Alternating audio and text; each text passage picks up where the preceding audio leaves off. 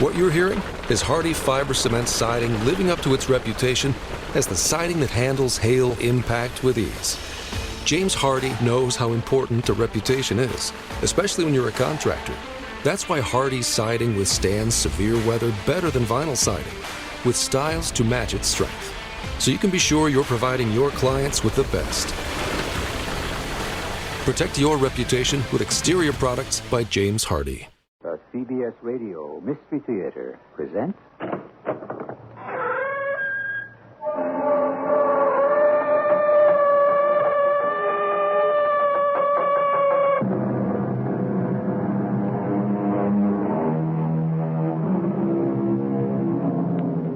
Come in.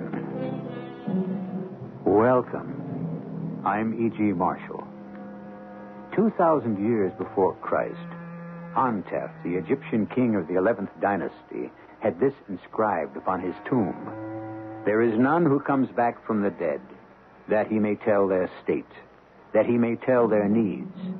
It is not given to man to take his property with him, nor is there one who departs who ever comes back again." Today, almost 4,000 years later, we have reason to believe this is not so. People do come back from the dead. Rebecca, what does the ghost look like? He's about 6 feet tall, has a beard, green pants, olive green, and he holds in his hand a long knife. How old would you say he is? About 30. Anything peculiar about his clothing? I'd say they were, what people wore in the 40s. My dad had pleated pants like his. So it's possible your ghost passed over 30 years ago. Passed over? Died. You see, spirits never grow older. They remain exactly the age they were when they left this world and entered theirs.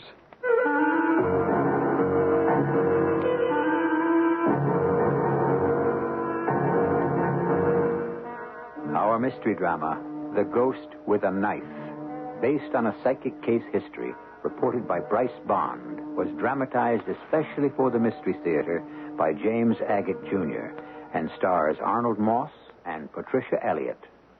It is sponsored in part by Buick Motor Division and Contact, the 12-hour cold capsule. I'll be back shortly with Act One.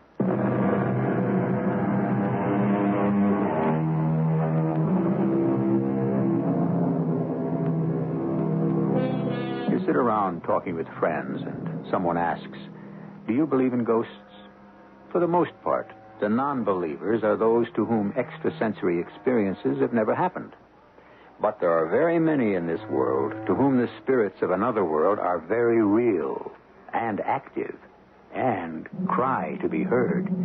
One of those who hears them and deals with them is Bryce Bond, a well-known psychic scientist and investigator of the supernatural and supernormal.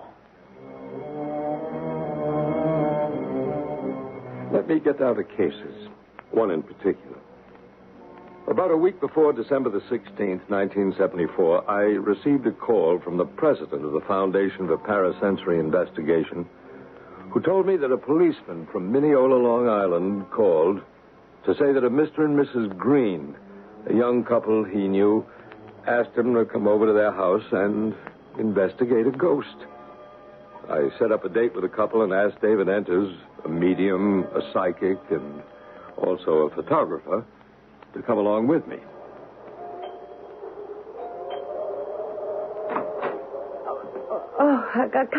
Come in. You are... Bryce Bond, and this is David Enters. How do you do?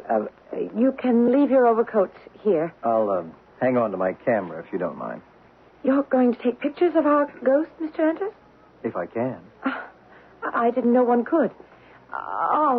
This is my husband, Leo. How do you do? Our boy Tommy is upstairs. He's asleep, I hope. I see you've got a camera. I've always thought those pictures of spooks and ghosts were fakes. You know, superimposed shots, that kind of thing. Have you seen this ghost, Mr. Green? I most certainly have. Well, then perhaps so can my camera. I use infrared film. Wherever heat is generated in outline or even in considerable detail, it will register on the film. Oh, I had no idea. May we start? Mr. Green, Mrs. Green, I'll begin by asking you your first names. Rebecca. Rebecca. And your husband is Leo, and your boy is... Tommy. Tommy. Well, now, I'm Bryce, and this is David. If we're to help you, we should all try to be as relaxed and informal and friendly as we can. Now, this apparition you experience, we want you to regard him or her... It's a man. Well, he's to be regarded as a friend. We don't want to antagonize or frighten him. We're the ones who are being frightened. He isn't really a very friendly spirit. He looks horrible. Rebecca, can you tell us when you first saw him? Yes. When I first... It all started Becky, may I? My wife is really very upset about this. You see, she's home most of the time, and I'm at work. So she's been under a much greater strain. I think I can be calmer. There it is. Those are the footsteps. We've sort of become used to our ghost walking up from the cellar. He's been doing that for months now. Leo, I can tell them. Tommy was the first to see the ghost. Tommy, my son. He came down one morning. He's only 4. And he said, Mommy, who's that man in my room? He said, I woke up in the middle of the night, and he was standing there. We didn't know what to make of it at first. I said to Becky, I think Tommy's having a nightmare. But it kept happening, night after night. That's him, coming up the cellar stairs. Then he opens the cellar door. He's doing it now, in the kitchen. Well, maybe he's showing off because you've got guests. Oh, no, he does that every evening. But most of the time you don't see him. He doesn't, what do you call it? Materialize. No, he doesn't. He just walks around invisible. And I don't like the idea of leaving my wife and son in a house with a strange guy. He's 6 foot tall. Will you excuse me? I'd like to go into the kitchen and have a look down those cellar stairs. I'll be right back. So he goes up and down the cellar stairs. That's right.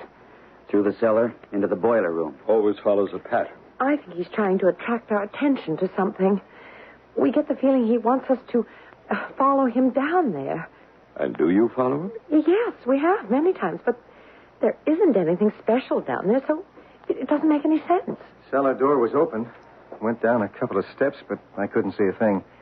Took some shots, but I don't have much hope. Well, there's nothing down there but the usual stuff people have in their basements. And the oil burner. Actually, 2 oil burners. We put in a new one last spring and just left the old, useless, rusty one where it was. Leo, how long have you lived here? Since right after last Christmas. Almost a year. It was December 29th, last year. The house was built in 1929, so the old oil burner didn't owe us anything. Anyway, all this started this past October. For weeks, we only heard noises, and then, as I told you, Tommy started to see the ghost in his room at night, and about a month ago, November, so did we. I'm sorry we didn't know about this manifestation sooner. So am I. But Becky and I, we didn't know what to do. You know, people kid you. And we remembered Joe Forster, our friendly patrolman. Mm-hmm. What made you decide to tell a policeman? It's one thing just to hear noises. It's another thing to see a man 6 feet tall. But last Monday, I was alone here with Tommy. And he came at us with the knife.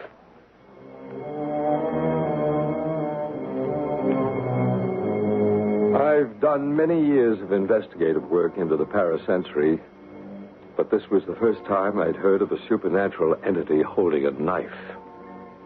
I gave the Greens a complete rundown of who David and I were, the extent of the work of the foundation, and said that we were quite prepared to help them immediately. You mean right now, this evening? As much as we can. Agreed? I should say so. Oh, yes. Rebecca, let's start by going upstairs to Tommy's room. That's where he first saw the apparition? Yes. But I wouldn't like to wake him. It's not necessary. And, Leo, would you take David down to the cellar so that he can have a look around? It's from the cellar the ghost always comes, yes? That's right. We think he must live down there.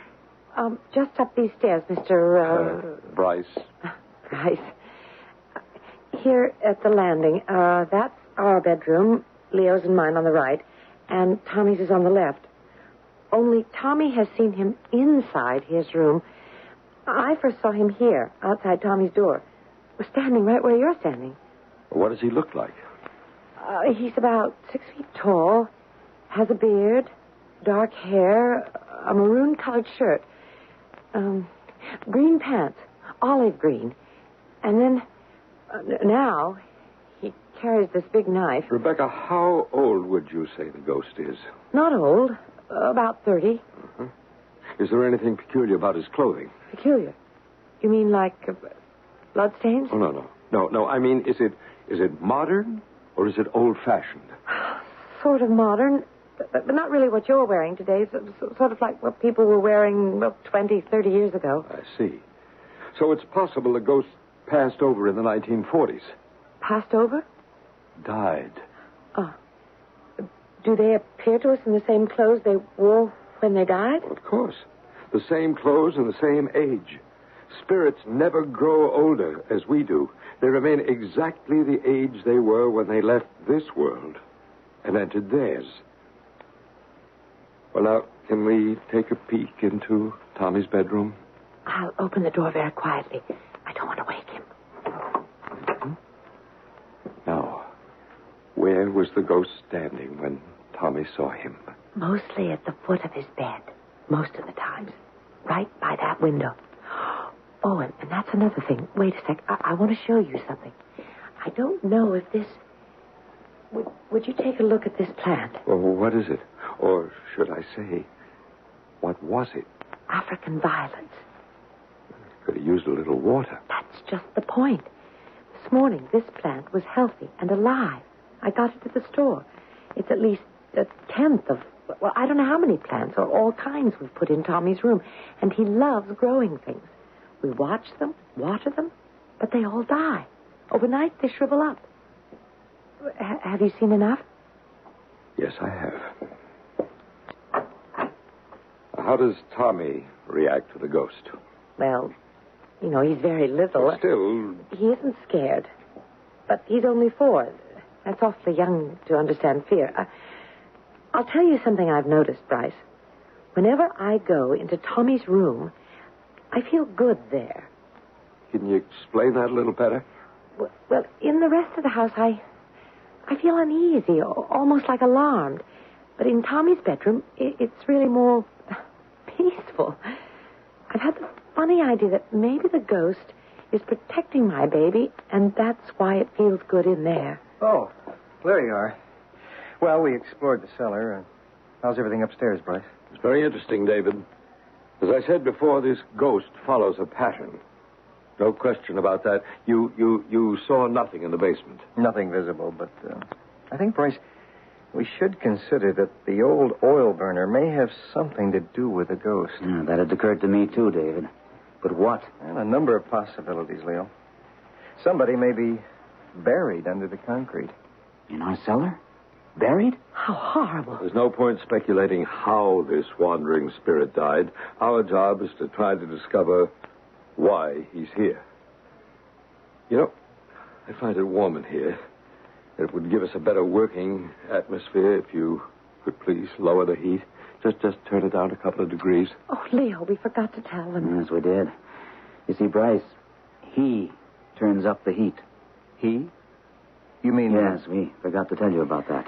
We're no different from anybody else. We've been trying to conserve heat every night. We push the thermostat down to about 60 or 65. Did either of you turn the thermostat down tonight? Yes, I did. I remember distinctly doing it, but just before you two arrived. Now, come have a look at the thermostat. 90. Look at that. Oh, let me get a shot. Yep, 90 degrees. That's what he usually pushes it up to. We've gotten up in the middle of the night, roasting. Come down, 90 degrees. We haven't been able to figure out what he's trying to do to us. Leo, move to one side, please, so I can focus. Yeah, sorry. At least now we know he's come up from the cellar and was right here at this spot, this evening. Before, when I heard him walking back down the cellar stairs, I was afraid he'd left us. When strangers enter a house, generally a spirit will not manifest itself unless you make a real effort to be friendly. Bryce, can I say something? I mean, about the way I feel. Well, by all means. I have a funny... No, it's not funny. It's really a very strange sense of dread. I never felt it quite so strong. Becky, what is it? Oh, don't you feel it? Don't you feel anything? You mean that cold wave of air? Oh, sure, I feel it. I'll just cover the whole room, see if anything registers on the infrared. Oh, we haven't done something awful, have we? I mean, by asking you here. It's very cold right in front of me. Like someone's looking right into my face. I don't think I can stand this much longer, oh, Leo. We must all be calm and accept the fact that at this very moment, our mysterious friend is in this room. And he's moving about.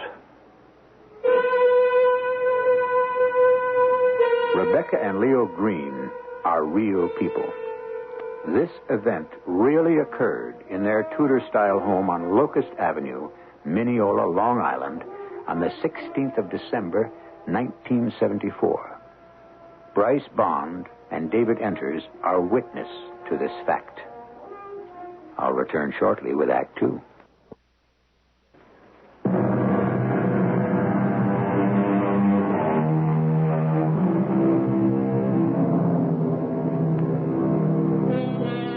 The lives of a young suburban couple and their 2-year-old son are suddenly turned topsy-turvy when their home is invaded by an apparition who appears to live in their cellar and wanders about their house day and night.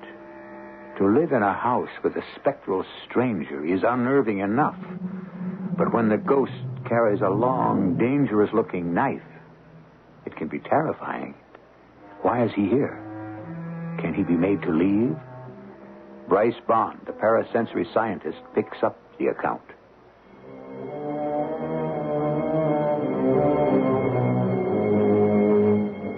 We sat in the Greens' living room, aware of the rustle of cold air moving around us. The vibrations I picked up made it quite clear that the ghost was in that room at that very moment. Will you folks excuse me a moment? I'm going to have to reload my camera, and I've got my film in my coat. I'd like to turn the lights down a little more. Must we? Suppose I just turn out the overhead lights and leave this one next to the sofa. What about the candles on the mantelpiece? Oh, no. Leave those burning. That's all right. I'm almost afraid to look at the candles. I know that when the flames move, he's there. Rebecca, what was the last time you actually saw him? Last night. You had a good close look at him, hmm? How far away was he? He was standing right there by the mantelpiece. Leo had gone to bed. I was emptying the ashtrays over here. Mm-hmm. Now, when you saw the apparition last night, did he appear just as physical as I do now? Or did you see through him? He was as clear as you are. In fact, it's crazy, but I'd rather really see him than have him be invisible. And when he went, he didn't fade away, or did he? I don't know. I went into the kitchen with the ashtray and dumped it in the garbage, and when I came back into the living room, he was gone. Did he have a knife in his hand last night, Rebecca? I don't know. It's just getting too much. I told you, Leo, we've got to move. I don't want to stay in this house any longer. I don't. Oh, honey. I don't. Come on, that's no way to talk. I think if you can hold on to yourselves for a little bit longer, we may be able to get the ghost to move. There's another side to this. It may not all be as heavy as you think. A lot of apparitions love to play tricks. In the fall, we were having trouble with the new oil burner, and I was on the phone with the oil burner man, and he said, would I go down and look at some gauge or something? I went down the cellar steps, and I fell. It was exactly as if somebody had tripped me. And then it happened again, another time. Well, that's funny. I didn't notice any loose steps when I was down there earlier. Did you, Leo? I haven't been down to the cellar tonight. Well, sure you have. You brought me down. I took some pictures. Tonight? Of course. You're kidding me. Oh, I absolutely don't remember. Has this happened before in this house? Somebody's actually gone down to the basement and not remembered? Oh, Leo. I went upstairs to Tommy's room with Bryce, and you took David into the cellar. I did? You don't remember? No, I don't. I did not go down to the cellar tonight. Oh, good Lord. Rebecca and Leo were working themselves up into quite a state, getting increasingly agitated. I knew the vibrations they were creating were negative and would make it almost impossible to communicate with a haunting spirit. I don't know if it's your imagination or mine. This happens to us every single night. Becky and I accusing each other of too much imagination. We even stopped having coffee with our dinner. Rebecca, how good is your imagination? Well, good as anybody else's, I guess. All right. Well, I'm going to ask you to use it constructively. Now, this is what I want you to do, Rebecca. It's a psychic technique we use if a person is bothered by a poltergeist or an astral form who's tied to the earth, as is your ghost with a knife. Now, I ask the rest of you to remain quite silent. Rebecca, I want you to imagine yourself in a ball of white light. Close your eyes. It won't hurt me. On the contrary, this white light, sometimes we call it the God light, because no evil force can penetrate it. Is the man an evil force? At this point, we don't know. He has a knife. I know that, Rebecca. But holding a knife doesn't necessarily mean he's a man with evil intent. His face. It's not a nice face. But just in case there is danger, superimpose yourself with, or let's say, contain yourself in a globe of white light. A large globe? Do you feel anything? Do you see anything? I have my eyes closed. I know that. But in your mind's eye, you should begin to actually see the white light. It's the light of protection, Rebecca. It's the light of love. I see it. The white light. I'm inside it. I see it. All right, David, it's time now. What's David going to do? More pictures? So David is also a medium. We didn't want to tell you that in the beginning of our session because sometimes people can't appreciate the sensitivity of a medium and they're somewhat disbelieving. But I think now you're both beginning to believe that we can help you. David, sit back. Be comfortable. Can you hear me? I can hear you, Bryce. Your presence is getting fainter. What's David doing? He's dropping into a trance. Yes. Yes. I see him. I see the man. He's tall. Very tall. David's standing up. His face. His face? That's the face of the ghost. David is making his face look like the ghost's. He wants to speak. He wants to speak through Bryce.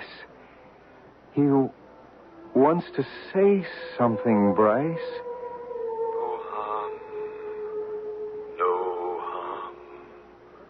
I mean no harm. Why do you say that, Bryce? Thank you, Bryce. He thanks you for letting him use your voice.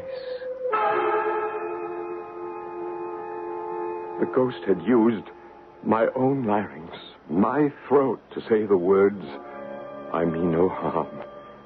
This had never happened to me before. Usually it's the medium who speaks for the spirit. We then brought David out of his deep trance. Naturally, he remembered nothing of what had occurred since he's the conduit between the two worlds. I then proposed we examine every room in the Greens' house for vibrations, starting at the top. All of us went up the narrow stairs to the attic. Bryce, would you take over now? I'm going to try for some more pictures. Sure. Rebecca, Leo, let's turn out that electric bulb hanging there. It's better if we're in darkness. Remember, when you can't see the ghost, he also is unable to see you. When his body is visible to you, so is yours to him. Oh, that startled me. It's only a thunder shower. Rain in December? Please, please. Let no one speak. Spectral spirit, we have no thoughts for you but kindness and love. It is time now for you to leave the world of earth and return to your world, where there must be God's work for you to do. Do you hear me, spirits? Speak to us. Make us know why you are tied to this house. You have left behind your loved ones in your world to be here. Spectral spirit, why are you in this house? What do you want to say? Oh, I feel the weight. Something was taking possession of me. My head became heavy. It was hard to breathe, to get my words out. The spirit was trying to come through and tell me something. At last it passed, and we left the attic. On the second floor, we checked every room. Little Tommy's, where he lay asleep, had the warmest vibrations. Leo and Rebecca's very cold and unusual vibrations. David took pictures everywhere. Bryce, shall we do the exorcism now? I was just going to suggest that. Every room. Exorcism? Isn't that some kind of spooky religious thing for witches and devils and, well, I don't know what? Leo, you've been seeing too many horror movies. We're not about to exorcise a person, but the rooms. But isn't that, well, kind of sacrilegious? No, not at all. Ours is very, very simple. We just try to communicate to see the prevailing entity, and sometimes we do. It appears in a misty form. How do you do it? We use the sign of the cross. I thought the cross was a symbol of what Jesus Christ was crucified on. Oh, heavens, no. That sign isn't the exclusive property of the church. The true cross is fire, air, water, earth. It predates Christianity by at least 65,000 years. I had no idea. The sign was used in those ancient days as a fire line to burn away negativity and to act as a natural blessing. And that's the sign you're going to make now? Exactly as the ancient metaphysical priests did. It's not a religious cross at all. Can we watch? Well, dear Rebecca, you should watch. This is your house. This sign will bring peace to it.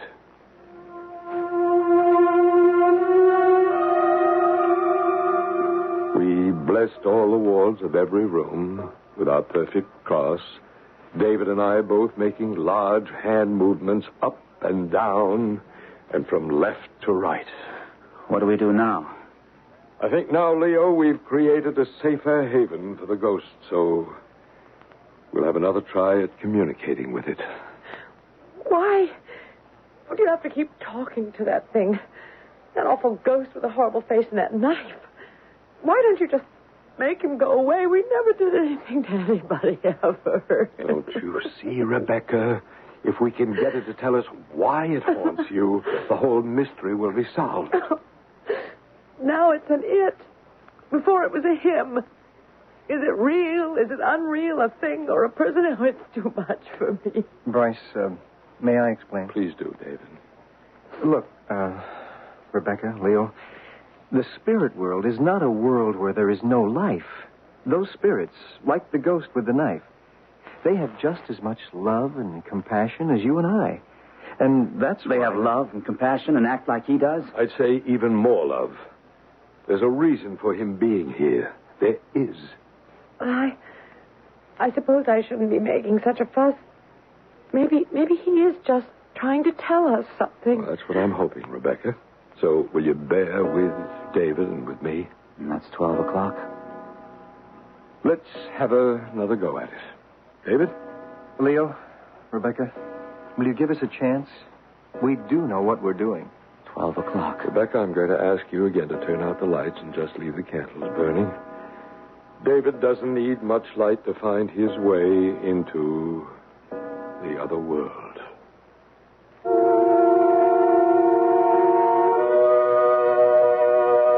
Hard to believe, is it? This is not fiction. It's fact. The foundation for parasensory investigation indeed exists. Scientific psychic explorer Bryce Bond is a real person. and the events you are listening to happened. To what extent this couple and their child were freed from the haunting of the ghost with a knife, we shall find out when I return shortly with Act 3.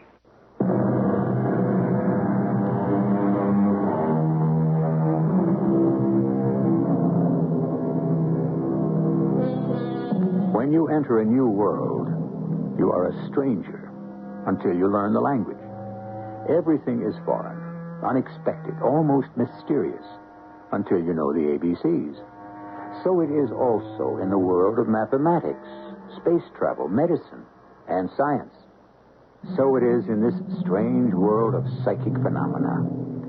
At last, Rebecca and Leo Green are trying to understand the key to it, as well as the key words to free themselves from this astral visitor.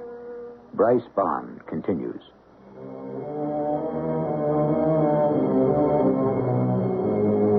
I told them I felt we were getting close to the solution. The next step was for David again to enter a trance state. Trance state. Now, what's that, they wanted to know. I explained that through David, we'd be able to enter the mysterious land of the spirit side. I'm sorry I acted like that, Bryce. It was stupid of me, especially when I believe we're on the home stretch. I really do want to know. So do I, every step of the way. And you were telling us about trance state, Bryce. It's a state of being and non-being. For instance, when I do my healing, I drop down into a trance state, meaning myself, my ego, the Bryce Bond ego, leaves me, as David's is leaving him now. Why do you do that? Can we have silence, please? David is freeing himself so that he can channel all the energy from above.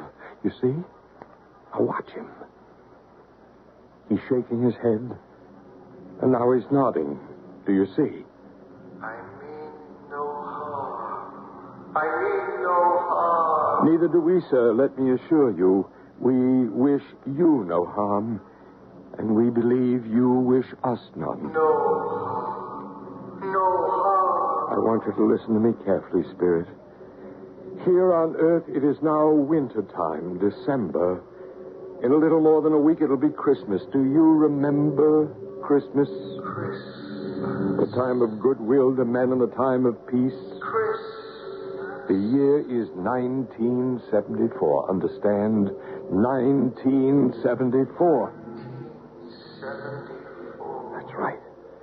That is the year it is today.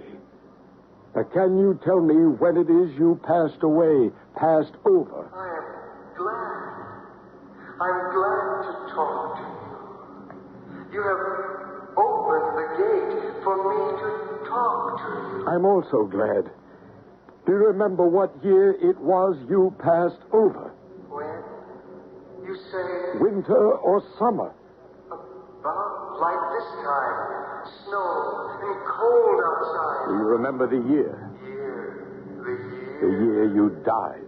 The year. I don't remember the numbers anymore. What do you remember? I can tell you how it was. I was very sick and I couldn't go out. I'd sit up in a chair all dressed and I'd listen to the radio a lot. There were little plays on the radio every day. Soap operas, they called them. I lived a whole year listening. They kept me alive. I didn't want to leave them. Nobody would let me out of my room. And I hadn't put it right. What hadn't you put right? I knew as I lay there, I hadn't fixed it right. It would go wrong. What is it that would go wrong? I want to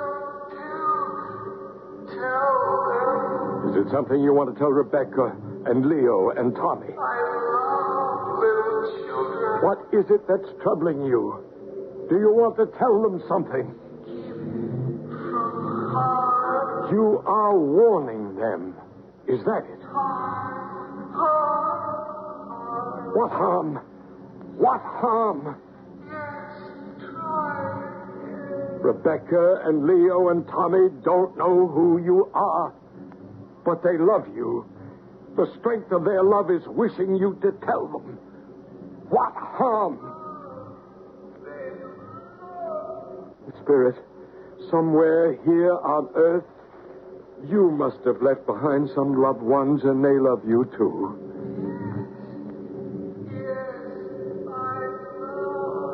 Can you hear me? Can you hear me still? The ghost has gone. Are you all right, David? Yes. He was very strong, wasn't he? We almost found out why he comes here. It's something he's left undone. Thank you, David. Won't our ghost come back? I hope so, but I don't know. I'd imagine that until his job is finished, he won't leave you. What job? What is it? What could he have yet to do? All close our eyes now. I shall speak for all of us. At this very moment, we are all going to the cellar door. Yes. Yes. We want to go down the cellar stairs. I have that feeling, too. Yes. A sense of urgency. Now. We must go now. Yes, we mustn't waste a moment. There was no question about it. It was a pull as strong as gravity. We all knew we had to go down to the basement. I led the way, and then, strangely enough, like Rebecca had done before me, I, too, tripped on the last step and almost fell. There he is. Over there. By the cellar window. Oh, yes. I hope I've got enough film left in the camera. He's coming this way. He's moving over to my workbench. Friend, what is the warning you have for us? Show us. He's doing something with his foot. Remember, dear friend, we wish to help you do what you have left undone. Then you can return to your world. Can you hear me? Can you understand me? Bryce, I don't want to take any more pictures. I have a strong sense of unity with him now. If I'm in a trance state, accept that and do whatever he says to do through me. Of course, David. The pictures are not important. Now I have exactly the same sense of haste, of something to be done quickly. Oh, there he goes. Into the oil burner room. Stand back. There are gas leaks down here. What? Back. Danger. What leaks? I've never smelled anything down here. Good Lord, yes. It is gas. Do something now. Now. Hurry before it's too late. Emergency service, Island Lighting. Yeah, this is Leo Green, 1447 Locust Avenue, Mineola. There's a gas leak in our basement. Will you send somebody over right away? Green, 1447 Locust, Mineola. You have your oil burner on right now? Becky, do we have the oil burner on right now? Of course we do. Can't you hear it? Yes, we do have it on right now. Do you have a red box marked emergency switch? Just a moment. Do we have a red box, an emergency switch? Yes, at the head of the stairs. Yes, we do. Right at the head of the stairs. Well, will you go there now and switch it off? We'll have somebody around to your house very shortly. It was quite true. The message relayed through David by the ghost. There was a gas leak. It had been seeping for quite some time. The power company told the Greens that had they not been alerted, in a matter of hours, their house on Locust Avenue might have gone sky high in an explosion. Everything was turned off and made safe by 3 in the morning. We were all sitting around in the kitchen, finally having some coffee. All those days and nights of not knowing. Oh, and now it's all over. Did you take a look at Tommy? Yes, he hasn't stirred. He slept right through the whole thing. Funny, when I went up to check on him, I felt this very warm vibration, and I thought, I know. A ghost has come up to Tommy's room to say goodbye. Then, all of a sudden, the feeling just disappeared. Your little boy had a friend. I don't think you'll have any problems about keeping plants alive in his room anymore. Well, couldn't it have been the gas? Plants are sensitive to that. You think that's what it was, Rebecca? Oh, Leo, sometimes I begin to really wonder about you. It was the ghost. trying to warn us. Come on now. Can't there be a natural reason for something? Everything can't be explained by the supernatural. But there was no gas leak anywhere near Tommy's room. You come on now. Look, friends, we have a report to write and some sleep to get. Thank you for the coffee. Oh, Bryce, you and David were real friends. It's been an experience I don't think either of us will ever forget. I'd say on the whole, we had a very peaceful reaction. Don't you agree, Bryce? Oh, yes, indeed. This ghost with a knife, he was quite a peaceful entity. Not a negative entity in the slightest. Only negative briefly to frighten them into action. I hesitate to think where we'd be tomorrow if you two hadn't shown up. Who knows? Possibly our friend the ghost would have still found some way to warn you. When I think of it, he did everything short of ripping the thermostat off the wall. And still we didn't get the message. Nice fellow. You know, towards the end there, I sort of wished I could have gotten to know him better. You don't think you'll be back? I doubt it. Not even for a short visit? Well, good night, all. Where did you put our coats? Oh, I'll show you. Good night. And thank you, everybody. We'll let you know if my pictures show anything. I mean, David, didn't you feel that way? That you'd like to have known the ghost better? I would. Leo, who knows? If everything hadn't worked out, then maybe yes. You might have gotten to know him real well. You might have spent Christmas with your ghost in his world.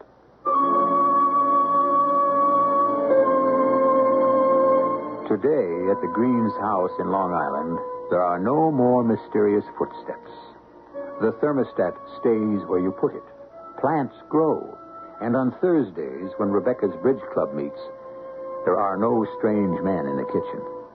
But there is a larger meaning to the story you have just heard, which I'll tell you when I return shortly.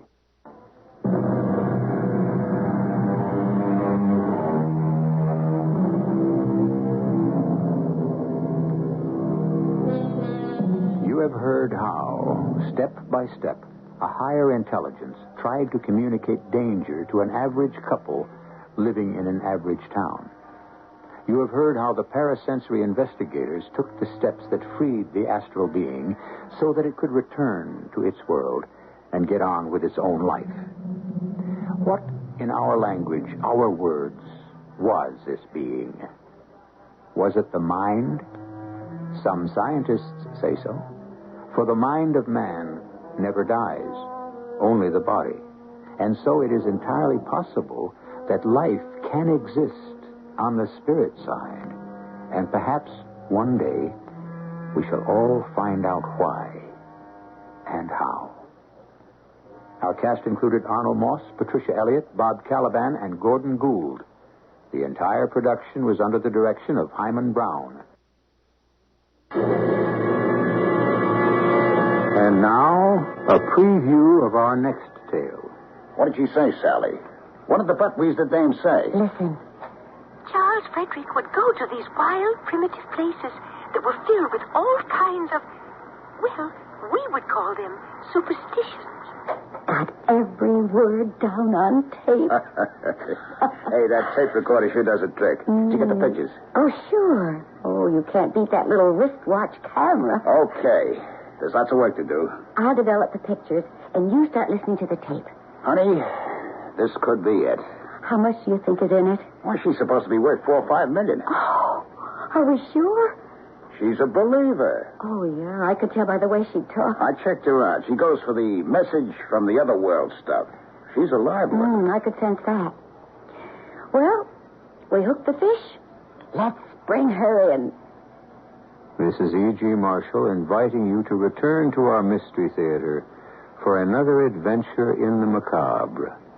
Until next time, pleasant dreams.